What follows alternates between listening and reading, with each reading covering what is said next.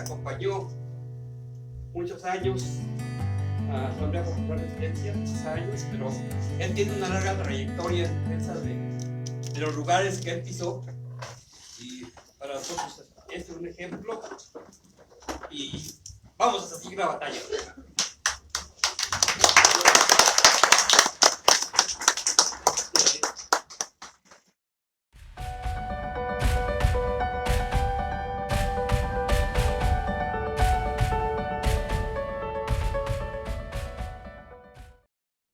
Quisiera usar la tecnología para traer con ustedes en este diálogo a los compañeros que resisten en Chiapas, ahora de manera muy dramática, pero quiero hacer la referencia de la resistencia en Tila. Tila es una comunidad indígena Chol y forma parte de la región Chol de nuestro país.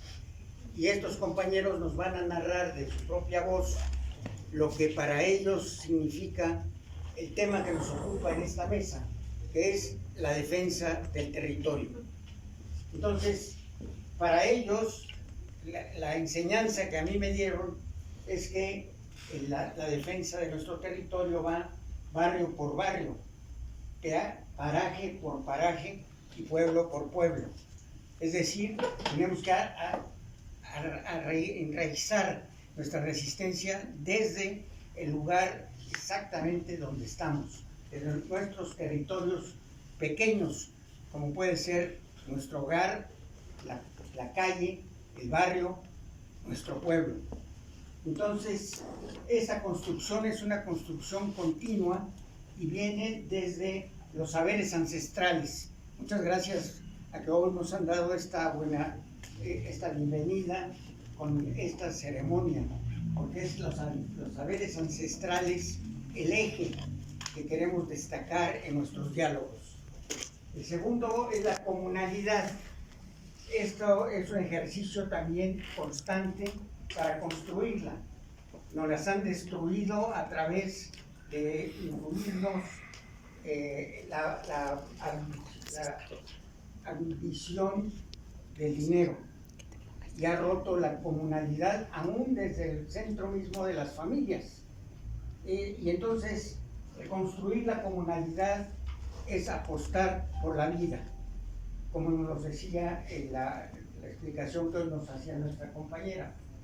Y luego, esta resistencia digna. Hoy estamos lamentando el cambio de este sentido donde estábamos en este lugar, nuestro compañero Jesús, que ha sido un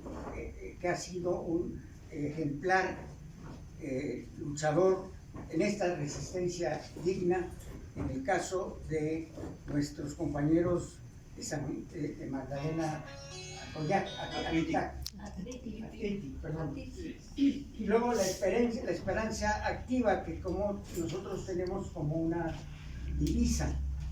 No nos conformamos con las mentiras políticas, sino mantenemos una esperanza activa de que seremos como está conquistado en los derechos de la Constitución, y ahora con esta reforma que se está planteando, aunque con muchas carencias todavía, pues sigue siendo parte de esta esperanza activa en la que nosotros estamos.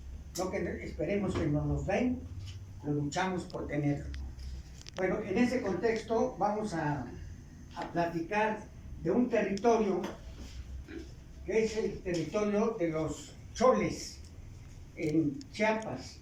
Con esos círculos rosados que vemos ahí, son los lugares de los que va a hablar nuestro compañero Víctor.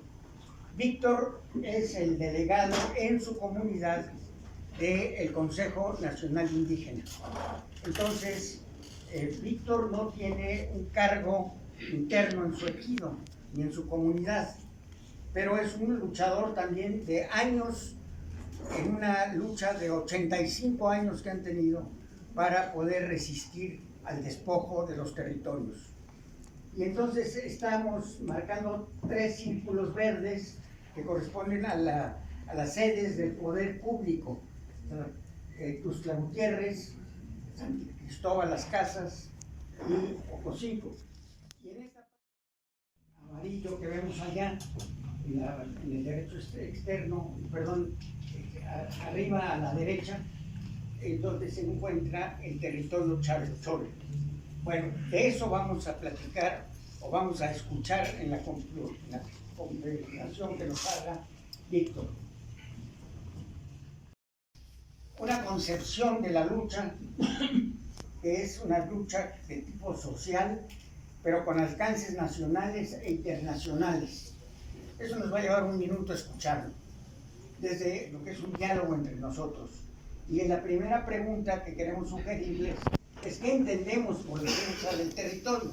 Y luego, en lo que vamos a escuchar, busquemos similitudes desde nuestra experiencia con la visión compartida de nuestros compañeros de Chiapas. Ese sería el primer ejercicio. Para eso le vamos a poner un audio que después lo escucharemos y que dura un minuto. Pasamos a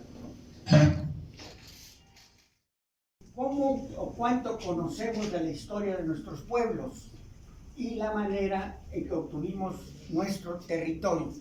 Estamos defendiendo un territorio. ¿Cómo lo obtuvimos? ¿Cuál es la historia que conocemos de nuestros pueblos? No podemos defender lo que no conocemos. Y tampoco podemos defender abstrayendo la lucha de nuestros ancestros. Por eso es importante conocer la historia de nuestros pueblos y la manera en que obtuvimos ese territorio. Eso nos llevaría a escuchar a Víctor 7 minutos y tener estas preguntas en mente. ¿Qué utilidad para la defensa de los conflictos agrarios tiene conocer nuestra historia familiar y comunitaria? Y pongo el subrayado en asuntos agrarios, porque Tila tiene un asunto agrario clave, pero no es el único. Lo tenemos también en San Lorenzo Acopilco, lo tenemos también en San Mateo Tlaltenango, lo tenemos en todos nuestros pueblos. Fue cruzada la propiedad social agraria con los territorios indígenas, y esto es muy importante. Y entonces nos interesaría mucho hacernos la pregunta de si tenemos en orden, nuestros documentos básicos que nos dan el derecho al terreno, al territorio. Yo quiero disculparme con ustedes porque estoy falseando con muchas palabras. Tuve un problema. Nuestro tema está limitado a 10 minutos. Quisiera preguntarles qué de estas láminas pueden interesarle más a ustedes escuchar. Tenemos las grabaciones de la voz de Víctor, que se tomaron en la caravana de la resistencia del sureste que organizó el Consejo Indígena de Gobierno, y que participamos en él y recogimos testimonios de muchos pueblos y de muchos compañeros que ahora, con su autorización, los estamos poniendo a consideración de ustedes en este diálogo abierto. ¿Sí? No es mi voz, es la voz de Víctor la que escucharemos. Yo he hecho más que una introducción. Entonces vamos a pasar rápidamente los temas que no nos puedan interesar. Esto de la presentación de cómo entiende Víctor y su pueblo, esto que es la lucha como la que nosotros tenemos. Nos dura un minuto. Esto es lo que quisiéramos afirmar. ¿Qué entendemos por la defensa del territorio? ¿Lo escuchamos? Buenas tardes, compañera. Creo que somos compañeros o compañeras de lucha en resistencia por la vida, no nada más lo que es la tierra, sino que por todo, lo que es la naturaleza, y en los pueblos, en los niños, incluso a una mosca, porque son parte de la naturaleza. Pero la lucha de un pueblo social, de una lucha nacional e internacional, pues siempre y cuando es por todo lo que es donde vivimos. Lo que defendemos es la tierra donde vivimos, donde comemos y donde nos vamos al fin. Esa es la concepción integral que tiene el pueblo chol, particularmente en la voz de Víctor, de esta visión de territorio que tenemos, porque no estamos defendiendo solo nuestra casa, o solo nuestra parcela, O solo la tierra. o solo la tierra, solamente. Exactamente, esa es la visión. Preguntémonos si esa es la misma visión que tenemos en nuestro trabajo de defensa de nuestro territorio. Claro que sí. Lo vamos a dejar ahí Nos como ha quedado pregunta. claro. Esto nos dura 7 minutos y nos va a dar una visión de qué manera obtienen ellos su territorio y de qué forma lo defienden. Sería la segunda presentación. Pues la lucha más más contundente de nosotros ahí en el ejido Tila es en cuestión agraria. En cuestión agraria, pues realmente allá nosotros, pues los problemas que estamos viviendo, pues ya llevan más de 85 años. 85 años. Es como, pues, por decir, pues, han pasado comisariados, han pasado representantes ciudadanos, pero es como decimos siempre, pues antes no, pues estábamos cegados, pues no se daba uno cuenta, aunque muchos se daban cuenta, pero por la migaja que daba el ayuntamiento, el gobierno, pues ahí se inclinaba. Sí, pues ciertamente, pues nuestro ejido, pues fue fundamentado en el año 1932, perdón. Sí, la primera solicitud, porque era tierra nacional, le contaban, platicamos hace rato. ¿Sí? Pero, como yo le mencionaba ahí en la comida, pues en esos tiempos, pues la gente quizás tenía su parte de pedazos de terreno donde cultivaban, donde hacían, pero esa era nomás así como indocumentado como invasores, ¿no? Nacionales. No es propiedad. No, y pues, y a la vez, pues, ahí vivían, ahí trabajaban, ahí se sustentaban, pero después de la Revolución Mexicana de 1910, entra en vigor, pues, la lucha de zapatistas, en ese tiempo, donde mucha gente, según mis antepasados, mis abuelos me comentaban, porque ya descansen en paz, hasta ellos participaron en la Revolución, aunque no sabían manejar armas. Pero cuando menos me contaba mi abuelo que él ya tenía como una vida de 10 o 12 años. Pues me pasaron a llevar para cargar balas o lo que era necesario. Estuve andando. Después de todo regresé acá. ¿Sí? Y pues ya en esos tiempos, como la lucha de Emiliano Zapata y Pancho Villa, pues donde Pancho Villa, Emiliano Zapata agarró por el sureste, ¿no? Entonces, pues, entra en vigor lo que es la recuperación de las tierras que estaban ocupadas por los terratenientes. Y allá donde está nuestro ejido hasta ahora, pues, era una finca que se llama Finca Pensilvania. Así lo relata en el documento oficial ahora de nuestro ejido, nuestro pueblo. Entonces, pues como en tiempo de la revolución se fueron, los corrieron, quedó abandonada la tierra. ¿Y qué sembraba esa hacienda?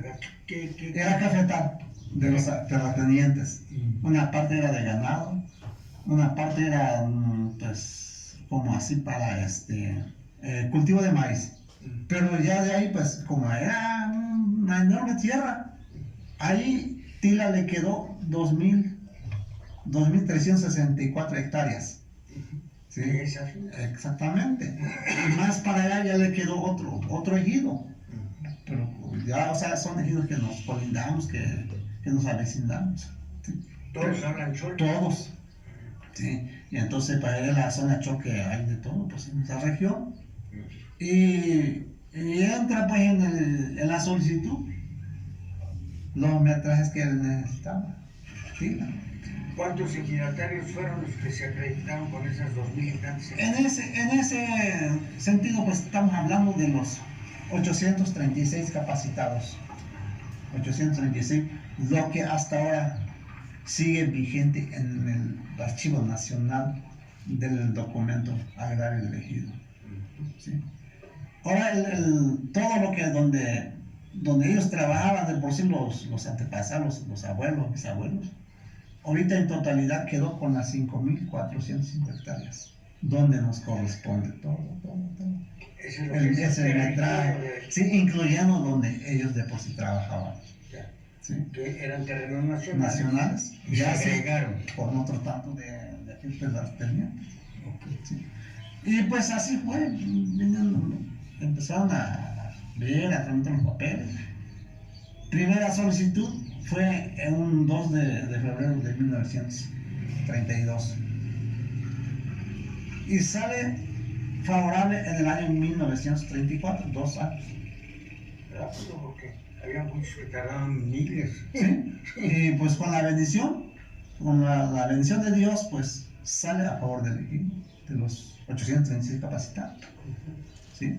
Ahí queda normalmente pues básicos, registrados, y hasta ahora siguen vigentes esos nombres. Aunque ellos ya hayan fallecido, hayan muerto, pues otros se fueron a vivir a otro lado, pero su nombre ahí sigue existiendo.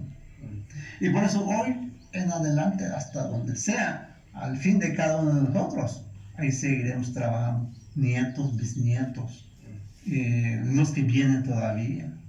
¿Por qué? Porque realmente pues, nadie tiene su escritura ninguna, más que nada más con la resolución presidencial. Es un solo documento donde abraza todo. 5,000 y pico hectáreas. Exactamente. Entonces, ¿cómo se distribuye el trabajo en esas tierras? Bueno, en ese, pues, así como empezaron a través de aquellos tiempos, puede ser que tienen un tanto de terreno allá, otro tanto allá, otro tanto por acá. ¿Sí? Como quien dice, sí es individualmente, pero si no cuenta con ninguna escritura, con ningún papel. Pero es respetado. Respetado por todos. Y el básico, o el hijo de básico porque no hay sustitución de derecho. Ajá. No hay.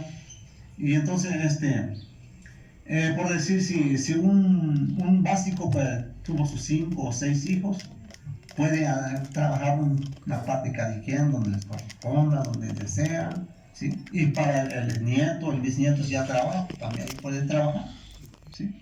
Básicamente la tierra pues ya no existirá, sino que hasta donde está, hasta ahí nada más. ¿Sí? Pero cada quien con su colindancia, con todo, un respeto debido.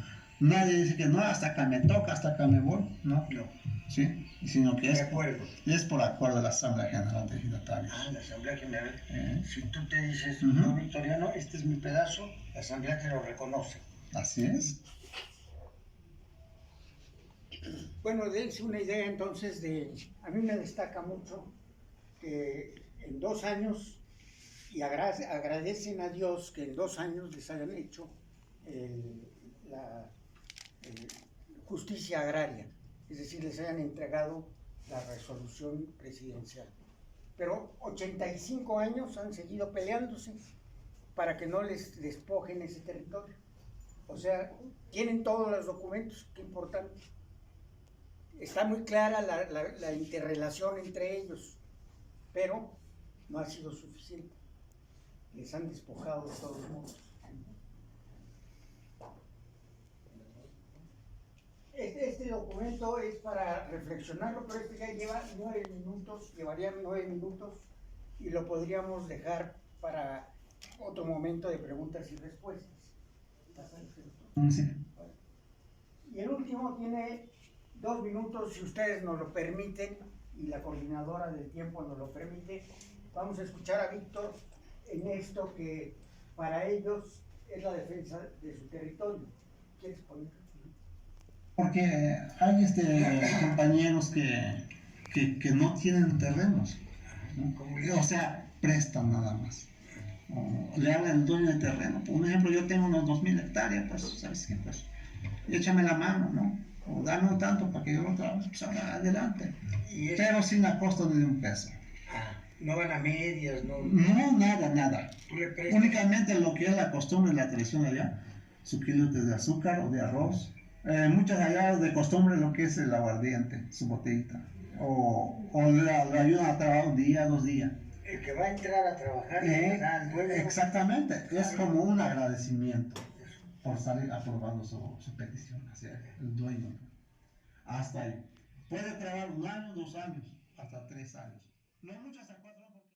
No, pues puedes sembrar tu milpa, tu frijol, porque de ahí donde sembramos el maíz, ahí volvemos a sembrar frijol.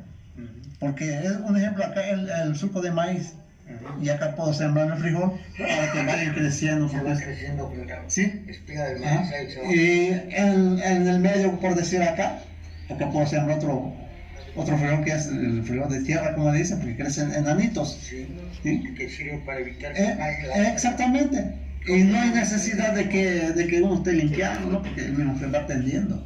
Y acá es la hora y queda otra vuelta. Claro, abono. ¿Sí? Y si no, ahí puedo sembrar mi chayote, mi yuca, mi calabaza. Cada quien decide lo que quiere. Y lo que quiera uno.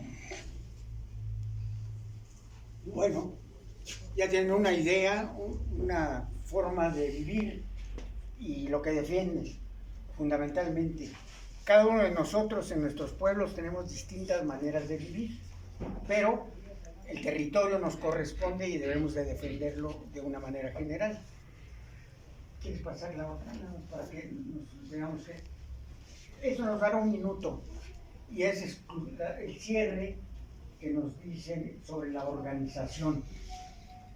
¿Quieres ponerlo? ¿Tienes algún cargo en el ejido, Víctor?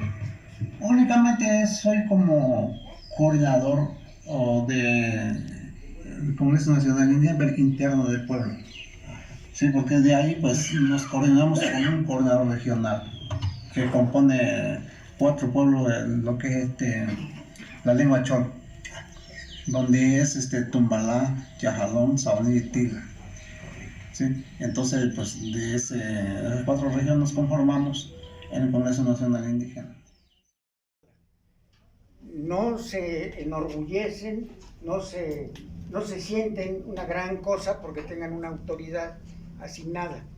Con mucha humildad dicen, no, yo solamente represento, coordino los trabajos aquí. Él tuvo cargos en el ejido, tuvo cargos muy importantes en el ejido, pero no se suben en la sillita y se marean. Ven la altura exactamente desde la que ellos tienen que trabajar, que es justo en el pueblo y con los pueblos. Por eso la presentación es barrio por barrio, paraje por paraje y pueblo por pueblo. Muchas gracias por su atención. Pasamos.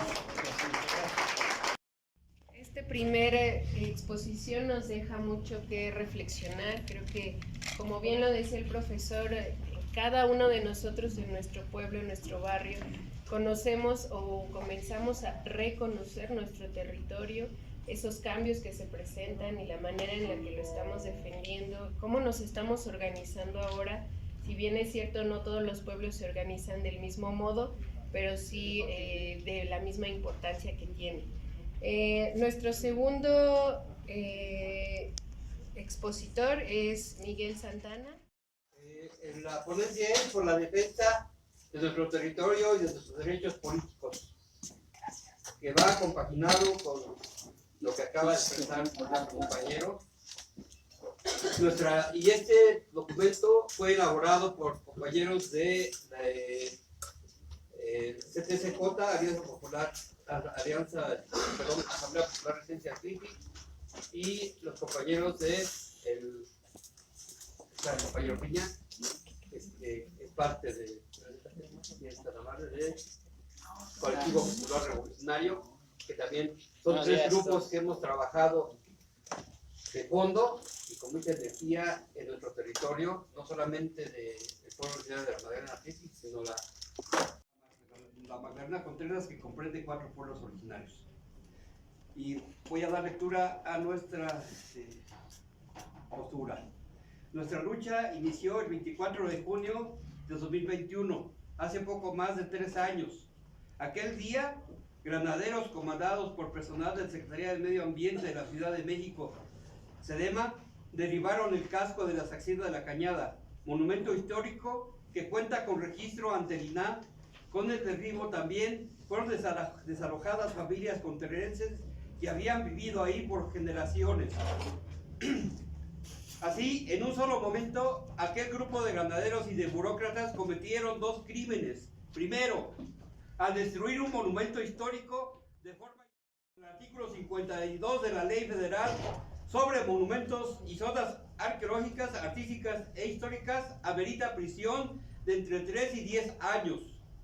El otro crimen fue contra las familias contrerenses despojadas de su vivienda, quienes hasta la fecha siguen luchando por un lugar a donde vivir. Ellos eran trabajadores de la hacienda y que hoy muchos trabajan para Prisa, pero a pesar de que estaban en un lugar que era dado por el patrón, fueron desalojados como si fueran invasores. No eran invasores, tenían un derecho. Tan solo unos días después, habitantes del pueblo de la Magdalena Atlitic, nos enteramos que la empresa inmobiliaria Prisa buscaba impulsar un proyecto en un lugar conocido como La Cañada, a la entrada de los Dinamos, nombre que se le da a la parte más famosa del bosque existente en Contreras y que alberga el río Magdalena. Desde entonces, en el pueblo Atlitic formamos la Asamblea Popular Resistencia. Hoy en día la empresa Prisa se ostenta como dueña y promueve la existencia de lo que llama el Parque Natural La Cañada, que es justamente su proyecto privatizador. Este supuesto parque cuenta con una página de internet que, si ustedes consultan, tiene entre otras cosas los logos de SEDEMA y el gobierno de la Ciudad de México, entre otros. En ese mismo portal se dice que el parque, y cito, el Parque Natural La Cañada es una iniciativa de rehabilitación socioambiental creada en 2021 por el Grupo Prisa, el Comité de Comerciantes y Prestadores de Servicios de La Cañada, los que son los vendepatrias, y otras organizaciones de la sociedad civil. Desarrollo de la lucha y los problemas comunes. En esta parte me voy a referir a dos problemas que hemos enfrentado en Contreras y que son comunes con muchas otras experiencias como la que nos antecedió. El primero de ellos es la complicidad de las instituciones del Estado mexicano. Como dije, el primer embate vino desde el tolete y el escudo del cuerpo de granaderos y el personal de SEDEMA. Continuó con el reconocimiento y apoyo al Parque Natural La Cañada por parte del gobierno de la ciudad y la misma SEDEMA. Este tipo de apoyo lo podemos considerar abierto. Hay otro que es más esquivo. Normalmente proviene de aquellos políticos cuya débil posición política los hace depender de la maniobra entre el capital y la lucha popular. Digo, este apoyo es esquivo porque sus declaraciones son ambiguas, siempre tendientes a la negociación, lo que en apariencia los pondría en una posición neutral respecto a las fuerzas en conflicto. Sin embargo, cuando la propiedad colectiva choca de frente contra la privada, como es el caso de La Cañada, este apoyo es esquivo. Es en realidad un apoyo al gran capital, pues el capital, la parte que detenta el poder, es la parte que detenta el poder. Ante una relación tan asimétrica, la posición mediadora implica decantarse por el opresor, o sea, dejarse ser llevado a la ruina. La otra parte es el apoyo de un sector siempre minoritario pero existente del pueblo a los proyectos privatizadores. En el caso de La Cañada, el 28 de julio de 2021 se firmó un acuerdo de colaboración entre la empresa Prisa y originarios del pueblo de Atlitic. En los dos primeros puntos de este acuerdo se reparten el botín. Por un lado, todos los abajo firmantes acuerdan que la inmobiliaria es la dueña del territorio. Segundo, todos acuerdan que los comerciantes podrán vender en ese espacio de manera vitalicia y generacional. Los comerciantes son manejados por los originarios que firmaron ese ignominioso acuerdo y sus familias viven de ese comercio. Por eso digo, y seguimos diciendo que se repartieron el botín entre rufianes, a cambio de darle el bosque a Frisa. Los vendepueblos se aseguraron el control del comercio y un espacio para sus negocios particulares. Por cierto, este acuerdo fue firmado por Rafael Obregón Viloria, director de áreas protegidas de la SEDEMA, como testigo de honor, imagínense. Como vemos, los dos elementos se conectan en la cometida por la usurpación de lo colectivo, pero esta afrenta tiene su instrumento central en las instituciones estatales, tanto de represión como de administración y justicia. Son estas instituciones las que otorgan la legitimidad del derecho y el reconocimiento estatal al despojo de un particular sobre una comunidad o un pueblo entero. Es esta la pieza clave para maniatar la resistencia. Sin estas instituciones dispuestas a otorgar usos de suelo, reconocer la propiedad del ladrón y ejercer la violencia contra los movimientos de resistencia y defensa, la correlación entre las fuerzas en pugnas no sería tan asimétrica. Por eso, el horizonte de nuestra lucha, el objetivo de largo plazo, debe ser ocupar estas instituciones, ocupar el Estado, para que no sea más un Estado burgués al servicio del capital, sino que se transforme en el Estado de los pueblos originarios y del pueblo trabajador, es decir, un verdadero Estado popular.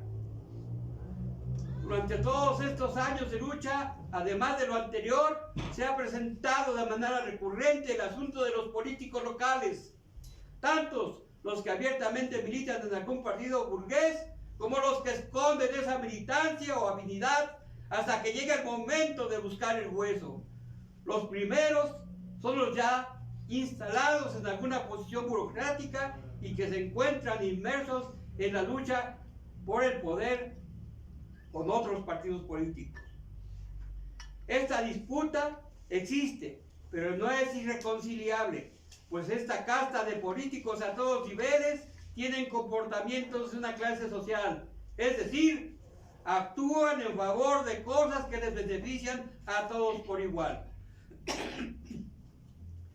Una de estas es la división de los pueblos originarios y de las luchas populares. Sin importar el color del gobierno en funciones, un pueblo dividido les facilita la labor de despojo. Nos encontramos ante dos fuerzas que chocan: los pueblos originarios contra el capital. La primera está dividida y carece de los aparatos del Estado. La segunda está más cohesionada y tiene todo el Estado a su favor. Debido a esto, así como debe ser un horizonte de lucha el asalto al poder, también debe serlo crear formas de monopolizar la legitimidad al interior de todos nosotros, o sea, los pueblos. Con el monopolio de la legitimidad me refiero a algo práctico que quiero ilustrar partiendo del caso del registro de pueblos. El 30 de mayo de 2022 se publicó en la Gaceta Oficial de la Ciudad de México la convocatoria para el registro de pueblos y barrios originarios de la Ciudad de México, promovido por la CEPI y comunidades indígenas residentes. Promovido por la CEPI. Sabemos que ese registro terminó por avalar la existencia de solo 50 pueblos, pues la enorme mayoría lo rechazamos desde el principio. Sin embargo, el que haya 50 pueblos con registro es porque dentro de esos pueblos un grupo de personas avaló este fraude. ¿Quién les dio legitimidad a esas personas para registrar a todo el pueblo? El gobierno, pues, ante un pueblo dividido, cuenta siempre con grupos que apoyan sus proyectos y sabemos que se les nombra los vendepueblos. Otro ejemplo para aclarar este punto: en septiembre del 2022 se firmó en Magdalena Contreras el protocolo de la consulta indígena a pueblos originarios referente al Plan General de Desarrollo y al Programa General de Ordenamiento Territorial, el famoso PEGOTE. ¿Quiénes firmaron ese protocolo? Trabajadores de la alcaldía, disfrazados de representantes de los pueblos y, peor aún, En un caso, firmó como representante una persona que no habita en el pueblo, cuya representación usurpa. ¿Cómo se ve la legitimidad? De nuevo, es del aparato estatal. Lo anterior es posible porque en muchos pueblos se carece de un órgano único que otorgue legitimidad a las representaciones. ¿Cómo puede ser una asamblea popular o un consejo? Al carecer de este órgano, la legitimidad la da y se la abroga quien quiere. Por eso, en sus disputas politiqueras, cada partido tiene sus planillas para las comisiones. Cada partido tiene a su gente que le firmará o acordará lo que ese partido requiera al ser gobierno. Esto, como se ve, beneficia a todos los partidos y políticos del sistema actual. Me parece evidente, pues, que el otro horizonte de lucha debe ser crear este órgano único, centralizado, del que se desprenda la legitimidad de todas las organizaciones que representan al pueblo y que cumplan con actividades propias de la vida de los pueblos. Comisiones de festejos, panteones y otras. Este órgano deberá ser el que otorgue legitimidad, porque será legítima su construcción, lo que solo se puede ocurrir como un acuerdo popular. Esta es una tarea imprescindible allá donde no se ha dado. En donde estos órganos existen, la tarea es reforzar su autonomía, impedir que sean cooptados por los partidos burgueses y sus representantes, así como impedir que se fracture para perder el monopolio de la legitimidad. Estamos proponiendo que nosotros mismos nos organicemos para crear nuestro propio Consejo de Pueblos a nivel Ciudad de México y, si es posible, dentro de la República Mexicana. ¿Por qué debemos defender nuestro territorio? Los puntos anteriores nos llevan a plantear dos horizontes de lucha: el asalto al poder y el monopolio de la legitimidad. Ambos elementos están interrelacionados, no son independientes uno del otro, o por lo tanto, la lucha por ellos es conjunta. Alcanzar ambos es una necesidad insoslayable. Sin embargo, quiero plantear el fundamento de todo lo anterior, las razones para defender el territorio. Los primeros que lo han venido reduciendo lo han venido empequeñeciendo, reduciendo época tras época. Muchos pueblos originarios hoy existen en el papel. Se habla de ellos en novelas y libros como El Jardín Devastado o El Llano en Llamas, pero muchos son solo eso, leyendas y pueblos mágicos, porque hasta sus documentos, códices o escrituras primordiales y el propio pueblo han desaparecido. Territorio y pueblo son una misma cosa. Defender el territorio es defender al pueblo. Luchar por recuperarlo es luchar por la existencia de nuestros pueblos. La Magdalena Atrítica es un ejemplo claro de ello. Y no voy a hablar de él en forma muy breve, y voy a hablar de él en forma muy breve para demostrar con su crónica cómo se ha reducido su entorno hasta estar a punto de desaparecerlo. En 1535, la Magdalena Atrítica, este pueblo fue reconocido por el rey Velasco por medio de sus códices Tlachiloyan, delimitándolo respecto de los pueblos vecinos y estableciendo sus parajes. He de señalar que aquí se dieron encomiendas a conquistadores, como lo fue la hacienda de Eslava, la hacienda de la Cañada y otras más, con su respectivo despojo al pueblo de sus mejores tierras. Después vino la independencia, en la cual, por haber sido organizada por criollos, mantuvo permanentemente sojuzgado a los pueblos, bajo el mismo sistema colonizador.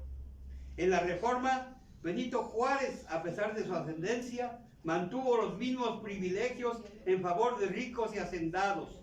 La Revolución Mexicana solo migajas entregó a los pueblos como pago a su participación en las gestas revolucionarias. Y ya estamos apillando lo de Chiapas. En la época moderna y contemporánea, a mi pueblo le arrancaron territorio por muchas vías, las más usadas, la expropiatoria. En el territorio expropiado se crearon desarrollos modernos como una parte del Periférico Sur, Jardines de Pedregal, colonia en la que solo viven los más ricos de la ciudad, Puentes del Pedregal, algunas zonas de Ciudad Universitaria, Pedregal del Lago, TV Azteca, ITAM, el Colegio México, la Unidad Pemex, por citar algunas de las más conocidas. Se permitió la invasión de Popular Santa Teresa y otras zonas más de nuestro territorio con gente ajena a él y liderados por caciques vendepueblos patrocinados por el gobierno en turno. A lo anterior se suma una nueva dimensión del problema, pues en la actualidad nuestro pueblo también es dividido electoralmente. La política electoral del Estado, al mero estilo yanqui, reservas indígenas, genera secciones, circunscripciones, distritos electorales y unidades territoriales, hoy conocidas como COPACO, que dividen artificialmente en varios territorios lo que es un solo pueblo. Esta misma división arbitraria y perpetrada por las instituciones electorales tiende a fomentar los cacicazgos, pues suelen reconocer a una o dos secciones electorales compuestas por unas cuantas calles como el pueblo de Atlixi.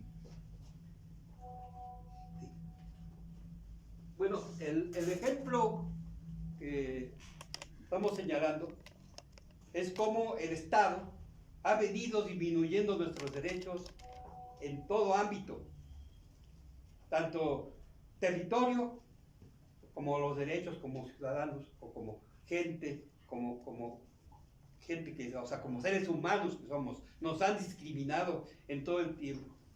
Y este ejemplo de vida que tiene Atlixi es la misma que está ocurriendo en cada uno de los territorios que están aquí presentes. Yo creo que nosotros debemos, como lo dije en un principio, unificarnos para ir creando, que no sea el Estado el que nos ponga ahí un consejo a modo, sino que seamos nosotros mismos de manera autónoma y con nuestra autodeterminación, generemos nuestra representación general que tendrá que enfrentar todos esos problemas de manera unida y defendiendo los intereses generales de cada pueblo y de cada comunidad existente. Esto es todo. Gracias.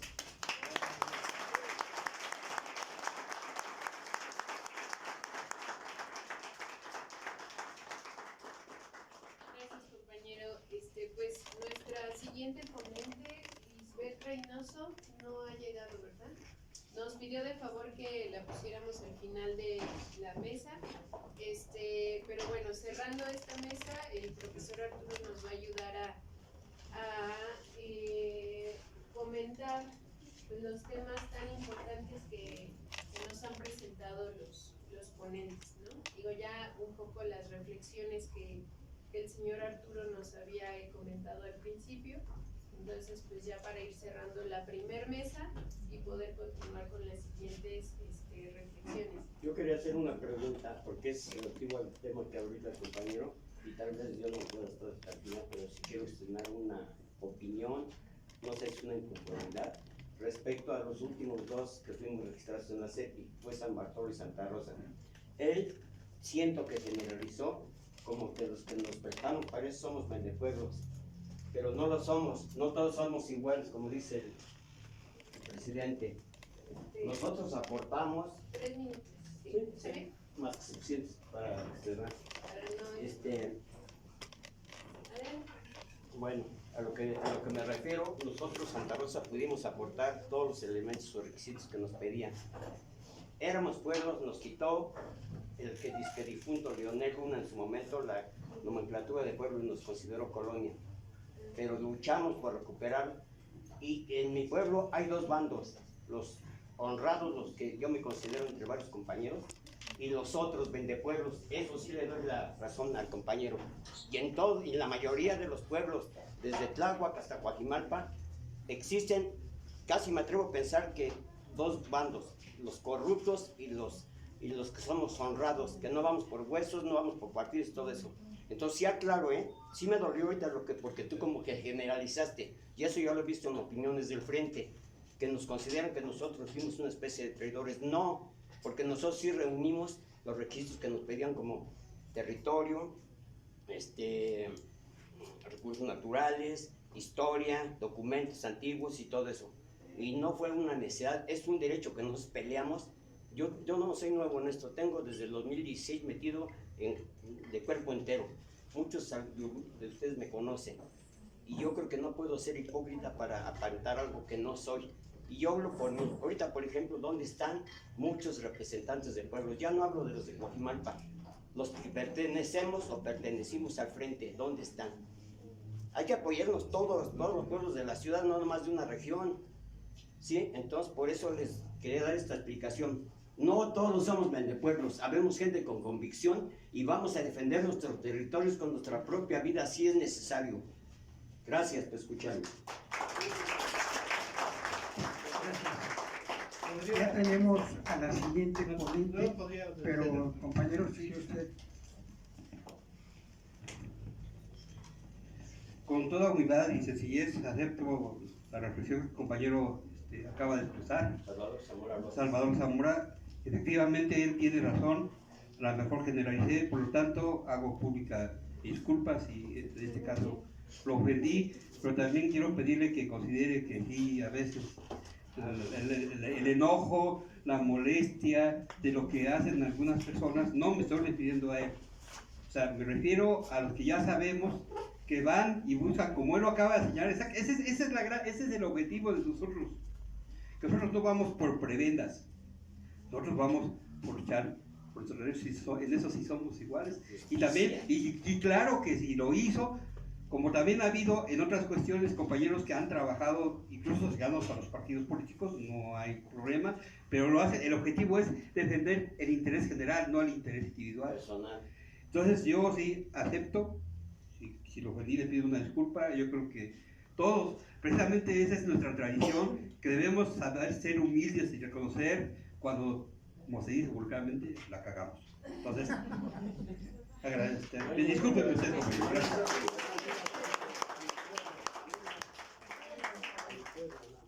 Las diferentes pues circunstancias, posiciones que existen, pero yo creo que estos espacios son muy valiosos y pues gracias por poner ese ejemplo. Como comentaban, ya llegó nuestra compañera Lisbeth, entonces adelante Liz, para tu tema. Sí, bueno, sí. Hola, buenos días. Vengo desde Milpalta, entonces pensé que era un poco más cerca y bueno, ya hice como 3 horas y media. Ok, voy a empezar. El título de mi ponencia es Tejer la palabra para cobijar la memoria por la defensa del territorio de Milpalta. Y bueno, quisiera empezar por rememorar aquellos días de lluvia durante mi niñez en las que algunas veces me tocó dormir en medio de las matas de calabaza, haba o chícharo, mientras mi madre ayudaba a mis abuelos. Más grandes algunas veces participé en la cosecha. La reminiscencia de esos días vuelve a través de los olores de la tierra mojada, a hierba y a flores. Recuerdo que nos causaba extrañeza la forma en que vestía mi abuela Amalia, pantalón con falda y delantal, ropa para cubrirse el rocío y el frío de la mañana, a la hora de ir al campo y más tarde para mercar sus productos con las temporaleras, para llegar más tarde a hacer la comida para sus 6 hijos. Mi abuela, que además de llevar comida a los peones, también participaba en la cosecha y en la venta, y todos estos recuerdos hacen que tenga un aprecio por la tierra en la que vivo, que es Milpalta. La Ciudad de México guarda dentro de su caleidoscópico espacio zonas rurales que, enclavadas al sur y en medio de un proceso modernizador y global, resisten al embate de la mancha urbana, al despojo de la tierra y al de sus recursos naturales. A más de 2 horas del centro de la capital y a través de un trazo imaginario que marca la delimitación del campo y la ciudad, entre milpas, nopaleras, magueyes y montes, se ubica Milpa Alta, la antigua Malacaxtepec Momusco, lugar donde soy originaria. De raíz náhua y con propiedad comunal sobre la tierra, Milpa Alta es la segunda alcaldía con mayor superficie, el 80% de su territorio es bosque y el resto lo comparten un archipiélago de 12 pueblos articulados y campos de cultivo, principalmente de nopal y de milpa. La historicidad de Milpalta nos convoca a reflexionar entonces sobre el vínculo que tenemos sus habitantes con la tierra, asociada por un lado a un pasado indígena vigente y por otro a la propiedad comunal que persisten desde su fundación hace 5 siglos atrás. Esta historicidad se manifiesta a través del tiempo en la memoria oral y se traduce en las formas culturales que han dado identidad a este lugar. En ese sentido, pienso que la transmisión de la memoria oral y escrita puede ser una estrategia más para dar continuidad a la identidad ligada al bosque, al monte, al campo de las y los milpaltenses y por ende en la defensa del territorio y los bienes comunales. La Revolución Mexicana acentuaría un sello identitario para las y los milpaltenses anclado en el afecto y arraigo a la tierra. Por tanto, este sería un precedente en las formas de participación política y social, en las diversas acciones colectivas en la defensa del territorio, de los bienes comunales y de la vida campesina que han alcanzado hasta nuestros días. Este hecho histórico, con todas sus contradicciones y desavenencias, se ha compartido de generación en generación a través de la memoria oral. Aunque, como dice el doctor Barta, y aquí voy a citar, durante la Revolución Mexicana de 1910, el radicalismo campesino es suplantado por el tibio reformista de los cabecillas sonorenses, y aún así Zapata vive la lucha civil. Cierro cita. Las historias de aquellas luchas que les contaron a nuestros abuelos y abuelas, y ellas nos contaron a nosotros, guarda un significado profundo: compartir el legado del valor inconmensurable de la tierra, fijar nuestras raíces en ella y ser las y los guardianes de este territorio, dándole así un sentido a la materialidad históricamente sedimentada. La transmisión de saberes y hechos históricos a través de la memoria oral, que tiene su génesis en la familia y en los hogares, cumplen una función como microespacios de resistencia en donde el preludio de la palabra surte efecto. Entonces, la oralidad de la memoria histórica es relevante en el sostenimiento de la identidad como premisa para la defensa del territorio, que significa también defender la vida comunitaria y campesina, las tradiciones, la cultura alimentaria y culinaria, la relación con el monte y con todos esos entramados comunitarios que sobreviven gracias a la transmisión de prácticas y saberes que se viven de manera cotidiana. En Milpalta, la herencia o sucesión de la tierra por generaciones es atravesada por un sentimiento de aprecio que conlleva seguir cuidando y manteniendo los terrenos de nuestros abuelos y abuelas, teniendo su importancia en la continuidad de las prácticas comunitarias que se realizan en espacios como la casa, la cocina, la milpa, el terreno, el pantle, el monte, el camino, el maguey, el solar o la vereda. Aunque hay, lamentablemente, quienes han perdido este respeto y valor de uso por estas tierras y han visto en ellas, desgraciadamente, un valor monetario. Por otro lado, dentro de las metamorfosis que ha sufrido Milpalta, las mujeres se han ido renovando a través del tiempo y en el uso de la memoria. Así han decidido no continuar, repetir algunas prácticas culturales que han atentado contra su dignidad. En este sentido, algunas creencias o tradiciones se han perdido porque el derecho al olvido también existe. En los procesos históricos de Milpalta, la memoria oral colectiva ha funcionado como un recetario para recordar las formas organizativas, como lo vemos en este evento, y cómo la palabra ha funcionado para trazar caminos dialógicos en donde las y los comuneros y aquellas personas que tienen un arraigo a estas tierras han caminado entre negociaciones, confrontaciones, encuentros, desencuentros, acuerdos y desacuerdos para defender el territorio. Lo anterior es aprendido y llevado a cabo en la cotidianidad a través del capital social simbólico acumulado desde el pasado indígena náhuatl de la Malacatepec Momosco, que es la cultura oral del uso de la palabra. Gracias a esto, los pueblos no solo han construido su memoria histórica, sino también han sido parte fundamental en las decisiones colectivas que han incidido en las transformaciones endógenas de este lugar. La democracia comunitaria que se ha transmitido a través del tiempo pervive con todos sus cambios y contradicciones en las asambleas comunitarias, en las faenas, reuniones vecinales, mayordomías, encargados y encargadas de las festividades, en donde confluye la voz y la participación en el diálogo. La palabra sigue construyendo a través de sus significados y de algunos conceptos que son utilizados desde épocas pasadas, formas propias de organización y acción que son reproducidos en diferentes espacios y momentos coyunturales, como en la actual defensa del territorio de Milpalta. Y aquí cito: muchos pueblos de distintas culturas han mantenido las prácticas de comunidad, relacionalidad, vividas a lo largo de siglos, ciertamente en América Latina desde la conquista. Así lo reconoce, por ejemplo, el pensamiento tradicional nasa. La palabra sin acción es vacía, La acción sin palabra es ciega, y la palabra y la acción fuera del espíritu son la muerte. Anclada en el paradigma de los nuevos movimientos sociales, existe una dimensión subjetiva y objetiva anclada en la cultura, la identidad y la vida cotidiana que nos permite identificarnos entre sí y movilizarnos juntos, organizados y de manera sostenida, por la defensa de nuestro derecho a ser y existir. Muchas gracias.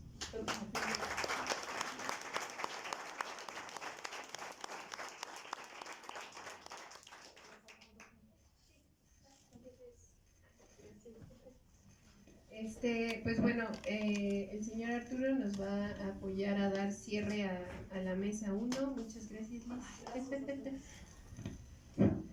Estoy aquí con ustedes para esta tarea por encomienda de nuestro mutuo amigo Alejandro Velázquez, que está enfermo. No estuviera él aquí con ustedes haciendo este diálogo. La intención que me comentó Alejandro es extraer una experiencia que podamos sistematizar y que dialoguemos a partir de preguntas, primero entre los ponentes, pero abierta la intervención a todos ustedes. Lo que escuchamos hoy son cosas que son bastante similares unas con las otras, y hemos tenido una radiografía de nuestra ciudad en un área como Milpalta, en un área central como sería la Magdalena, y en nuestra experiencia de Coajimalpa. Los temas centrales los tenemos que recuperar a partir de algunas preguntas que se nos quedan sin respuesta en este momento y que tenemos todo el tiempo para seguirlo pensando. Quisiera destacar... Pero que no nos alcance el destino, por favor. ¿Perdón? Que no nos alcance el destino, por favor. Que no nos alcance el destino, ¿sí? No, la pregunta es para los ponentes, para los dos compañeros ponentes. Hemos enfatizado mucho una visión de largo plazo, como hacernos del poder, asaltar al Estado, dice el compañero, Sí. y va aparejado de una palabra central, la legitimidad de nosotros, ¿sí? Este es un tema. Y por el otro lado nos ha hecho una recomendación o recordamiento de cómo ha vivido Milpalta desde sus recuerdos infantiles hasta este punto. ¿Qué pensaríamos?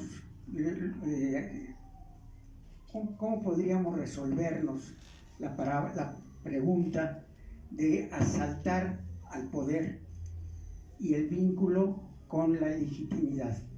¿Cómo se ordenarían en orden estas dos grandes ideas? No sé, se lo preguntamos primero a los ponentes, pero todo lo que quieran comentar estaría abierta la palabra. ¿Quieres darnos algún comentario tú o compañero, tú que nos propusiste la idea? Bueno, la idea va en sentido concreto a lo siguiente.